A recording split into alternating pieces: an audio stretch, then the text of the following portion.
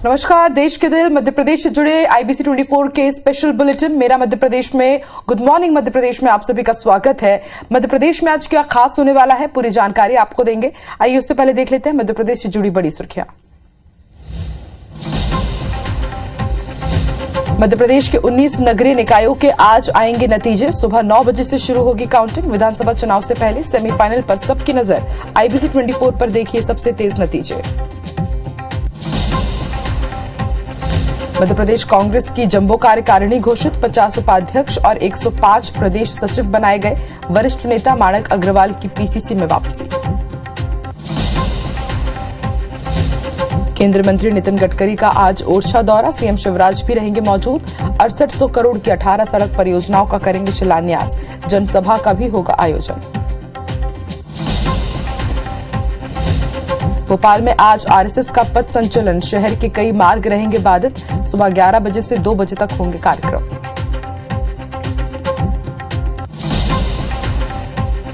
खंडवा छेड़छाड़ नानी के साथ पहुंची थी युवती। आरोपी गनी कुरैशी के खिलाफ केस दर्ज। और रायपुर के बाद अब इंदौर में क्रिकेट का खुमार। इंदौर पहुंची टीम इंडिया और न्यूजीलैंड की टीम। मैच से पहले आज दोनों टीमें करेंगी प्रैक्टिस। सीरीज में भारत को 2-0 के कारण अजय बढ़त।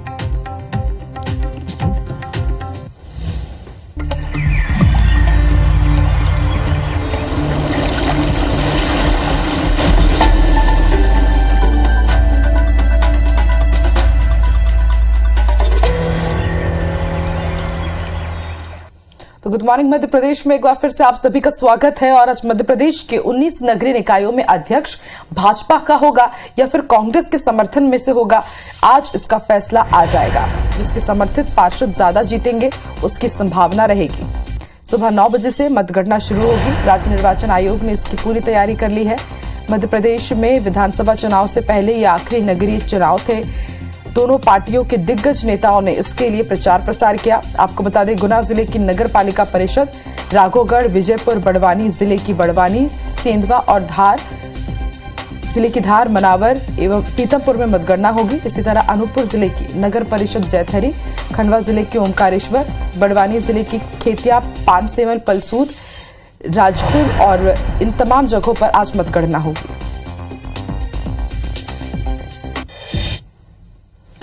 और ज्यादा जानकारी के लिए रुक कर लेते हैं खंडवा का। हमारे सहयोगी प्रतीक जुड़ चुके हैं ज्यादा जानकारी के साथ। अब प्रतीक, आज खंडवा के भी अलग अलग नगरीय निकायों में काउंटिंग होने जा रही है। निर्वाचन आयोग की तरफ से किस तरह की तैयारी और इसके साथ अलग अलग पार्टीज ने भी अपनी खास तैयारियां की होगी? बिल्कुल, मैं आपको बता दूं कि ओमकारेश्वर नगर परिषद के चुनाव का आज रिजल्ट जो है वो आना है, जिसको लेकर के निर्वाचन आयोग ने पूरी तैयारियां अपनी जो है वो कर ली हैं। और उसके बाद में काउंटिंग को लेकर के एक व्यवस्था जो होती है वो यहाँ पर मुख्य रूप से बना ली गई है। ये काउंटिंग जो है वो पूरी सुरक्षा के साथ में और पूरे एहतियात के साथ में की जाएगी, जिसके लिए जो मतगणना स्थल है वहां पर बैरिकेडिंग जो है वो कर दी गई है। बाकायदा परिचय पत्र चेक होने के बाद में ही जो है वो लोगों को अंदर जाने दिया जा रहा है। इसके साथ में मतगणना स्थल पर बैठने वाले राजनीतिक दलों के जो कार्यकर्ता हैं उनका विशेष रूप से यहाँ पर परिचय पत्र जो है वो चेक किया जा रहा है।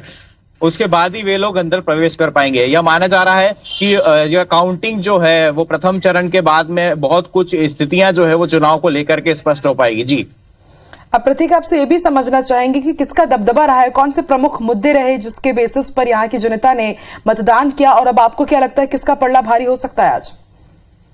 बिल्कुल, मैं आपको बता दूं कि जिस तरीके से हम सभी ने देखा कि जनता के लिए महत्वपूर्ण मुद्दे जो है कहीं ना कहीं वो बिजली, पानी और सड़क होते हैं, लेकिन चुनावों का जो कलेवर है और जनता की जो मांग है उसमें थोड़ा परिवर्तन आया है। अब लोग शिक्षा, स्वास्थ्य और रोजगार पर भी ध्यान देने लग गए हैं और यह भी अब उनकी अनिवार्य मांगे हो गई हैं। और इस चुनाव में महत्वपूर्ण रूप से यह देखने में आया कि लोगों ने शिक्षा, स्वास्थ्य और रोजगार जैसे महत्वपूर्ण मुद्दों को ध्यान में रखा। और लोगों से चुनावी चर्चा के दौरान यह चीजें भी सामने आई कि लोग शिक्षा, स्वास्थ्य और रोजगार का जो मुद्दा है उसको साथ में लेकर चल रहे हैं। और राजनीतिक दलों ने भी अपनी पूरी ताकत यहाँ पर झोंक दी है। यदि खंडवा की ओमकारेश्वर नगर परिषद की हम बात करें तो यहाँ पर मुख्य रूप से 2 ही राजनीतिक दल जो है वो मैदान में थे। उनके साथ ही कहीं ना कहीं निर्दलियों ने भी गणित बिगाड़ने का काम जरूर किया है। बिल्कुल, देखते हैं जो समीकरण है, सियासी समीकरण जो निर्दलियों ने बिगाड़ने की कोशिश की, कितना वो उसमें कामयाब हुए हैं। शाम 5 बजे तक तस्वीर साफ हो ही जाएगी और बेहद महत्वपूर्ण भी रहे ये चुनाव। शुक्रिया अपनी जानकारी के लिए प्रतीक। चलिए आगे बढ़ते हैं, बात कर लेते हैं एमपी कांग्रेस की। मध्य प्रदेश कांग्रेस की नई कार्यकारिणी घोषित कर दी गई है और इसमें 50 नए उपाध्यक्ष बनाए गए हैं, 105 प्रदेश सचिव बनाए गए हैं। बदले कई जो जिलाध्यक्ष हैं उन्हें भी बदला गया है। अरविंद बागड़ी को इंदौर शहर अध्यक्ष बनाया गया है। वरिष्ठ नेता माणक अग्रवाल की अब पीसीसी में वापसी हुई है। माणक अग्रवाल प्रदेश उपाध्यक्ष बनाए गए हैं।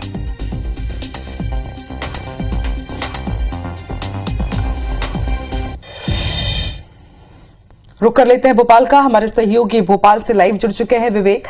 विवेक, कांग्रेस की एक बड़ी कार्यकारिणी घोषित की गई है, कई बड़े बदलाव भी इसमें देखने को मिले।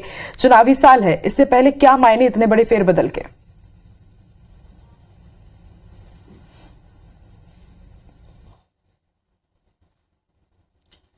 मध्य प्रदेश कांग्रेस की चुनावी कार्यकारिणी भी हम इसको कह सकते हैं, क्योंकि इसी कार्यकारिणी की बदौलत कांग्रेस अपना विधानसभा का चुनाव पूरा करेगी और ऐसे में एक बड़ी जंबो कार्यकारिणी की घोषणा जो है कल एआईसीसी की तरफ से देर रात हुई है। इस कार्यकारिणी में 105 महामंत्री बनाए गए हैं और 50 उपाध्यक्ष बनाए गए हैं। पहले ये जो स्ट्रक्चर हुआ करता था वो ज़्यादा हुआ करता था। पिछली कार्यकारिणी में 200 से अधिक जो है महामंत्री थे और 80 उपाध्यक्ष थे। इस बार कम कर दी गई है संख्या, अब 105 महामंत्री बनाए गए हैं और 50 जिला उपाध्यक्ष बनाए गए हैं। कई जिले ऐसे हैं जिनके जिलाध्यक्ष भी बदले गए, जहां पर जिलाध्यक्ष के पद रिक्त थे उनको भरा गया है और कई ऐसे जिलाध्यक्ष जो निष्क्रिय थे उनको हटा दिया गया है। इस कार्यकारिणी से एक बात तो साबित हो गई है कि कमलनाथ सबसे पावरफुल नेता मध्य प्रदेश में हैं और उनके इर्द गिर्द कोई भी नहीं है, क्योंकि पिछली कार्यकारिणी में 4 कार्यकारी अध्यक्ष भी हुआ करते थे। इस बार कार्यकारी अध्यक्ष की व्यवस्था को कांग्रेस पार्टी ने खत्म कर दिया है। मतलब एक छत्र जो है कमलनाथ जो है पूरी कांग्रेस पार्टी को लीड करेंगे, कार्यकारी अध्यक्ष नहीं होगा। कुछ ऐसे नेता जो पिछले दिनों नाराज चल रहे थे या पार्टी ने उन पर अनुशासनात्मक कार्रवाई की थी, उन नेताओं की भी वापसी हुई है, जिसमें मानक अग्रवाल प्रमुख है जो काफी सीनियर नेता है। उनको पार्टी ने उपाध्यक्ष की जिम्मेदारी दी है। हालांकि भोपाल का जिलाध्यक्ष बनने की अटकलें चल रही थी, लेकिन भोपाल जिले को होल्ड कर दिया गया है। लेकिन ग्वालियर और जबलपुर, इंदौर, ये वो बड़े शहर है जहां पर पार्टी को सबसे ज्यादा उम्मीद रहती है। वहां के जिलाध्यक्ष जरूर बदले गए हैं, भोपाल के जिलाध्यक्ष को होल्ड कर दिया गया है। अभी जो संदेश ये है कांग्रेस पार्टी का कि ये जो कार्यकारिणी है इसके में और बढ़ने की संभावना है, ये इतनी ही नहीं रहेगी। इस तरह कहकर कांग्रेस पार्टी ने उन नेताओं को भी जो है साधने की कोशिश की है जो बिल्कुल विवेक, कई बड़े फेरबदल हुए हैं, कई नेताओं को साधा जा रहा है, एडजस्ट किया जा रहा है ताकि कोई भी बागी तेवर ना दिखा सके, क्योंकि चुनाव में अब बेहद कम वक्त बचा हुआ है। बहुत बहुत शुक्रिया विवेक पूरी जानकारी के लिए। आगे बढ़ते हैं, बड़ी खबर आपको बता दें, भोपाल में आज आरएसएस का पथ संचलन होने जा रहा है। शहर के कई मार्ग इस दौरान बाधित रहेंगे, ट्रैफिक को डाइवर्ट किया गया है। ओल्ड कैंपेन स्कूल में कार्यक्रम होगा, सुबह 11 बजे से 2 बजे तक पथ संचलन होगा। ऐसे में जो नया डाइवर्टेड रूट है उसकी जानकारी लेकर ही आप अपने घरों से निकलें।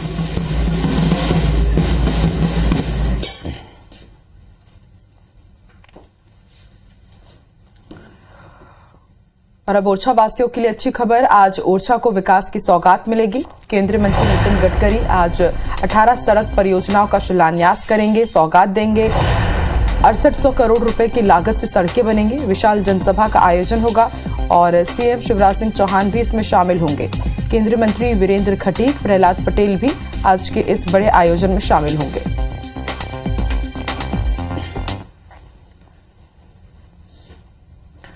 सिंगरौली में मुख्यमंत्री आवासीय भू अधिकार योजना के तहत गरीब परिवारों को मुफ्त जमीन मिली है। साथ ही किसानों के खाते में 135 करोड़ रुपए ट्रांसफर किए गए। ये रिपोर्ट देखिए।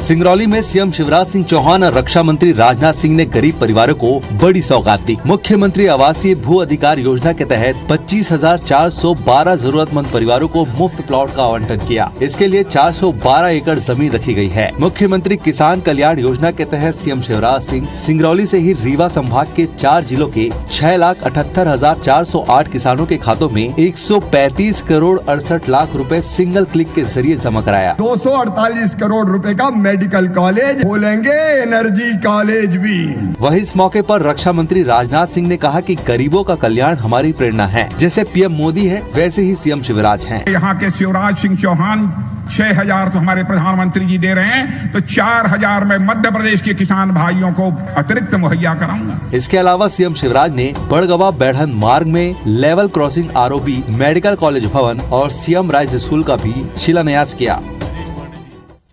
इंदौर में प्रवासी भारतीय सम्मेलन और ग्लोबल इन्वेस्टर समिट के सफल आयोजन में योगदान देने वालों के लिए आभार कार्यक्रम का आयोजन किया गया, जिसमें सीएम शिवराज ने शिरकत की और प्रवासी भारतीय सम्मेलन और ग्लोबल इन्वेस्टर समिट के सफल आयोजन में छोटा बड़ा हर तरह का योगदान देने वालों का पुष्प वर्षा कर आभार जताया। इस दौरान सीएम जिला प्रशासन, नगर निगम, आईडीए, पुलिस, सफाई मित्र, ट्रैफिक मित्र, वॉलंटियर, छप्पन दुकान, सराफा के व्यापारी, होटल व्यवसायी, मीडिया कर्मियों सहित अन्य सरकारी विभागों के अधिकारियों और कर्मचारियों से बारी बारी से मिले और सभी के साथ उन्होंने फोटो भी क्लिक कराई। सीएम ने कहा कि आज इंदौर पूरी दुनिया में ब्रांड बन गया है और प्रदेश की इकोनॉमी को बढ़ाने में इस ब्रांड का पूरा उपयोग किया जाएगा। यहाँ का प्रशासन हो, राजनीतिक नेतृत्व हो, यहाँ के उद्योगपति हो, यहाँ के व्यापारी हो, यहाँ के आम नागरिक हो, यहाँ के स्टूडेंट्स हो, सचमुच में कमाल का काम किया है। और इस ब्रांड इंदौर का पूरा उपयोग करूंगा मैं। मध्य प्रदेश की इकोनॉमी को बढ़ाने में कोई कसर नहीं छोड़ेंगे, इसका उपयोग करेंगे प्रदेश के। मध्य प्रदेश में विधानसभा चुनाव से पहले चुनावी पारा हाई है। चुनावी साल में आरोप लगाने का दौर भी शुरू हो चुका है। सीएम शिवराज सिंह चौहान ने कमलनाथ पर तीखा हमला किया है। रिपोर्ट देखिए। एमपी में जैसे जैसे चुनाव की तारीख नजदीक आ रही है, कांग्रेस ने भी अपना पूरा जोर दिखाना शुरू कर दिया है। कांग्रेस ने समाज के सभी वर्गों के कल्याण के लिए योजनाएं वचन पत्र में जोड़ने पर विचार किया। पूर्व सीएम कमलनाथ के निवास पर विधानसभा चुनाव वचन पत्र समिति की बैठक हुई। बैठक में वचन पत्र समिति के अध्यक्ष राजेंद्र सिंह, कांतिलाल भूरिया, सज्जन वर्मा सहित वरिष्ठ नेता उपस्थित थे। बैठक में 2 वचन पत्र तैयार करने पर विचार किया गया। एक सामान्य और एक महिलाओं के लिए विशेषकर प्रियदर्शनी वचन पत्र कांग्रेस तैयार करेगी। ये 100 वचन पूरे किए, 100 रुपए से 100 यूनिट बिजली की। आप तो प्रसिद्ध हो घोषणावीर के रूप में। वहीं सीएम शिवराज ने पूर्व सीएम कमलनाथ पर तीखा हमला किया। शिवराज ने कहा कि उनका वचन पत्र ढोंग पत्र है। आजकल वो रोज एक ट्वीट कर देते हैं। साथ ही सीएम शिवराज ने कमलनाथ को बुजुर्ग नेता बताया। कमलनाथ जी, आप बुजुर्ग नेता हैं, वचन पत्र के वादे उनने पूरे नहीं किए और फिर अब ढोंग कर रहे हैं। सीएम शिवराज सिंह चौहान की तरफ से कमलनाथ पर दिए गए इस तरह की बयान से एमपी में राजनीति का पारा गर्म हो गया है। मध्य प्रदेश के मंदिरों के संत पुजारी भी अब आंदोलन की राह पर है। पुजारियों ने मांगे पूरी नहीं होने पर 18 मार्च से आंदोलन का ऐलान कर दिया है और अब इसको लेकर प्रदेश में सियासत भी शुरू हो गई है। रिपोर्ट देखिए। मध्य प्रदेश में चुनावी साल में अब पुजारी संघ ने मांगे नहीं मानने पर सड़क पर उतरकर आंदोलन की चेतावनी दी है। प्रदेश के मंदिरों के संत पुजारी और मठ मंदिरों की समस्याओं को लेकर पुजारी, कर्मकांडी ब्राह्मण आंदोलन करने जा रहे हैं। भोपाल में जुटे प्रदेश भर के पुजारियों ने मांग पूरी नहीं होने पर 18 मार्च से आंदोलन का ऐलान कर दिया है। शहर तो चमक रहे हैं, किंतु गाँव में जाकर देखिए, मंदिरों की हालत बहुत खराब है। यदि मांग पूरी नहीं हो तो मैं आज तारीख का ऐलान कर चुका हूँ। 18 मार्च 2023 ऐतिहासिक तारीख होगी। संत पुजारियों की मांगों का कांग्रेस ने समर्थन किया है। ये केवल घोषणा करते हैं। जो 5,000 की बात की थी, आज तक किसी को नहीं मिला और कलेक्टर का आधिपत्य है। तो ये कुल मिला के पुजारियों की मांगों का मैं पूरी तरह समर्थन करता हूँ। वहीं बीजेपी ने कहा है कि सभी वर्ग का कल्याण हमारी सरकार करती है। तो मध्य प्रदेश में धर्मस्व विभाग है, उस विभाग के जो मंत्री हैं उनसे मिले, निश्चित रूप से मिलेंगे। असल में संत पुजारी की कई मांगे लंबित है। इस संबंध में सरकार को कई बार ज्ञापन दे चुके हैं, लेकिन शासन की ओर से कोई कार्रवाई नहीं की गई है। छेड़छाड़ का मामला सामने आया है, जिसकी जानकारी मिलने के बाद शिकायत पर पुलिस ने आरोपी के खिलाफ केस दर्ज कर लिया है। युवती अपनी नानी के साथ दरगाह पहुंची थी, जहां चिराग के पास अगरबत्ती लगाने के दौरान खुद को दरगाह का सेवक बताकर गनी कुरैशी पीछे से आया और उसने युवती को पकड़ लिया। शिकायत करने पर युवती परिवार के साथ मोगढ़ थाने पहुंची। खासावली क्षेत्र स्थित एक दरगाह पर एक युवती अपनी नानी के साथ गई थी। वहाँ पर मुजावर बनकर आरोपी गनी कुरैशी के द्वारा उसके साथ छेड़खानी की घटना घटित की है। प्रथम सूचना रिपोर्ट दर्ज कर ली है थाने पे और जल्दी उस पर वैधानिक कार्रवाई की जाएगी। आस्था और अंधविश्वास की लड़ाई अब सड़क पर आ गई है। पंडित धीरेन्द्र कृष्ण शास्त्री के समर्थन में बीजेपी विधायक नारायण त्रिपाठी ने मोर्चा खोल दिया है। अपने समर्थकों के साथ पंडित धीरेन्द्र शास्त्री के समर्थन में वो 10 नंबर मार्केट स्थित फुलवारी मार्केट पहुंचे और वहां उन्होंने नागपुर के श्याम मानव के खिलाफ एफआईआर दर्ज करने के लिए एसीपी हबीबगंज वीरेंद्र मिश्रा को ज्ञापन सौंपा और पंडित धीरेन्द्र शास्त्री को बदनाम करने वालों पर केस दर्ज करने की मांग की। विधायक नारायण त्रिपाठी ने धर्म गुरुओं के अपमान के लिए ये आज यहाँ सब इकट्ठा हुए हैं। जो बाबा बागेश्वर धाम के खिलाफ श्याम मानव नागपुर में जो गलत ढंग से बयानबाजी किए उसके खिलाफ हम लोग इकट्ठा हुए हैं कि श्याम मानव के खिलाफ थाना में केस रजिस्टर्ड हो, उनके खिलाफ कार्रवाई हो। इसके लिए हम आंशिक रूप पर आज ये बात करके ज्ञापन सौंपना चाहते थे, आज ज्ञापन सौंपेंगे। इसके बाद यदि कार्रवाई नहीं होती तो ये लड़ाई बड़े स्तर पर लड़ी जाएगी। मध्य प्रदेश में बिजली कर्मचारियों की हड़ताल जारी है और आज इस हड़ताल का तीसरा दिन है और अब नियमित कर्मचारियों ने भी हड़ताल का समर्थन किया है। आउटसोर्स और संविदा कर्मियों के साथ वो भी आंदोलन करेंगे। सीएम शिवराज सिंह चौहान से मुलाकात के लिए बिजली कर्मचारी अड़े हुए हैं। 5 सूत्रीय मांगों को लेकर उनकी हड़ताल जारी है। जो 5 मांगे हैं वो है संविदा नियमितीकरण, आउटसोर्स का संविलियन, वेतन वृद्धि, पुरानी पेंशन बहाली और इसके साथ सभी वर्गों की वेतन विसंगति।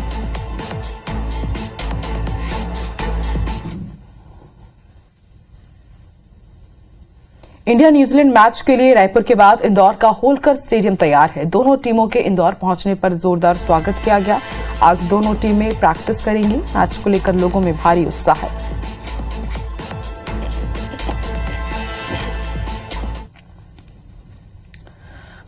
खरगोन जिले में स्थित नर्मदा तट पर 7 दिवसीय नर्मदा जयंती महोत्सव की शुरुआत हो चुकी है, जहां पहले दिन 108 दीपों के साथ संगीतमय महाआरती की गई। इस दौरान होशंगाबाद से आए गायक कलाकारों ने आरती गाकर हजारों श्रद्धालुओं को मां नर्मदा की भक्ति से भर दिया।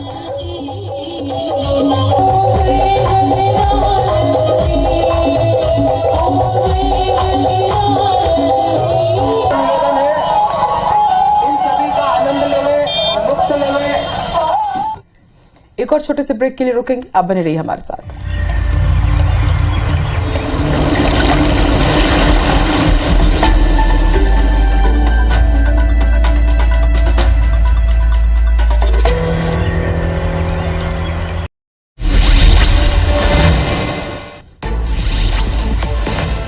इंडिया न्यूजीलैंड मैच के लिए रायपुर के बाद इंदौर का होलकर स्टेडियम तैयार है। दोनों टीमें इंदौर पहुंच चुकी हैं। भोपाल में 19 नगरीय निकायों के परिणाम आएंगे। सुबह 9 बजे से वोटों की गिनती शुरू की जाएगी।